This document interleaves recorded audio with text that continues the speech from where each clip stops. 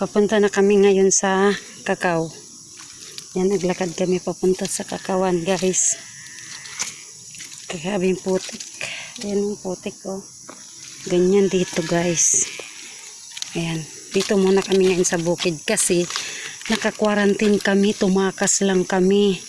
Bawal kami pumunta sa kalsada. Kaya, ayan. Dito na lang kami sa bukid. Walang tao dito, kami lang. Pero hindi alam ng mga taga-center na tumakas ako, guys. Ngayon, andito ako sa ayan yung isa pang baboy, tapos ayun pa isa. Ang baboy dito ni Lulu, guys, nakaano lang sila. Yung ganyan, nilipat-lipat sila. Yan, lipat-lipat. Tapos yung kulungan para sa maliliit lang. Ayun pa isang karabaw, guys. Yan. Yan.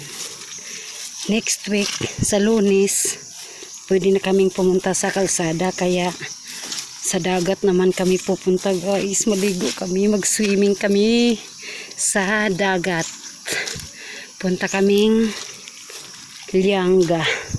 Yan siya, oh. Kaya ngayon, bawal kaming makita ng mga tao kasi dagdagan ang araw ng quarantine namin pag kami ay nalalaman na lumalabas. Sobrang higpit dito. Grabe, ang arte nila. Kala nila may mga COVID kami, mga galing Maynila. Sobrang higpit sila, guys. Grabe. Kaya tiis-tiis talaga. Tiis-tiis lang talaga kami. Kaya ayun. Dito na lang ako. Dito ako sa bukid. Tumatakas ako. Sa likod ako ng bahay dumadaan. Kaya yun. Dito na lang ako sa kakao. Mag-pruning ako ng kakao, guys. Ayan. Dito ako ngayon sa dito na ako sa mga kakao. Ayan siya, guys. Yan. Yan yung mga kakao. Ganyan tsura niya. Kasi nag-umpisa pa lang siya ng bunga eh. Hindi pa talaga siya totally sobrang daming bunga. Kumbaga nag-umpisa pa lang siya. Pero may unti-unti na kaming na-harvest. Ganyan siya. Ganyan. Ayan, may hinog siya. Ganyan pa, isa-isa lang ang hinog. Pero kasi marami naman sila. Kaya pag naipon, madami na siya. Ginagawa ko ng tabliya. O, diba? Kaya pagbalik ko dyan sa Maynila, may dala akong tabliya. Itinda ko, guys, para bawi pamasahe ba. O, diba? Ayan.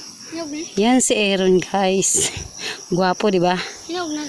Hinog na siya. Hinog na na. Pangutan na si Cleric. Hinog di Cleric. Si Cleric ang aming ano. Ayan, si Boy Bukag. Gwapo yan. Sipag. Tingnan mo siya, guys. May dala-dalang bukag. Yan. Yan siya, guys.